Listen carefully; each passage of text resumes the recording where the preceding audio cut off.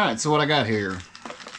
So this is the actual mount for the helmet, specific to the helmet. In this case, it's going to be a Schuberth C5 Globe. And this is the stuff that you need to mount it with. So this is the actual mount itself. This is what actually goes on the helmet.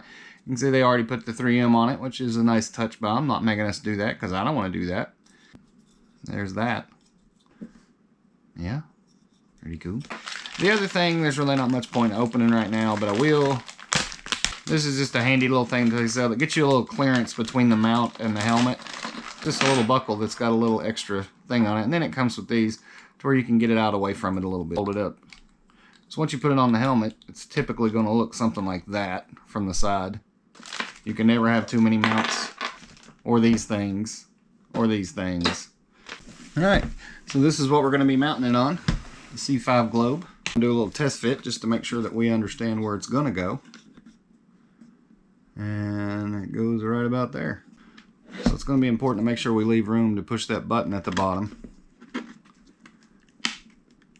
It's kind of hard to do because I haven't got it glued down yet. But yeah, you want to make sure you got room to push your button here on the bottom. And you want to make sure that you're leaving room to get this up and down. So I think it's going to end up being right about there. Because I want to be able to get this vent up and down. And I want to be able to push this button. Left that open at the back so you can get your finger underneath it. So yeah, basically, looks to me like it needs to go right at the bottom. Now there's one step they want you to do before installing it. I want you to heat this up after you pull this off, and they want you to clean this good. So I'm going to clean it good, and then we're going to go over there and actually put it on where I've got the heat gun, because I don't have a plug-in close right here. So yeah, you want to clean this, make sure you get any kind of oils or grime, bug guts, whatever off of it. As promised, new location on the stove. Right now I'm just getting the cover off of the double-sided tape. And of course it's going to be a jerk. There we go. So we're going to peel this little piece off. Alright, so we got one of them. Now we got to get the other one. Alright, that's the step they recommend doing. So I got a little heat gun. I know you could use a hairdryer or whatever. It doesn't really much matter because you don't want to get them that hot. But you just want to get them good and warm because they stick better when they're warm. Alright, so it's burning my fingertips, so I'm guessing that's warm. Now, I'm just going to get this right here, line this up. Now I want it right there at the bottom for my test fitting. Got it, and I'll push it down and hold it. Put some pressure on it for about a minute.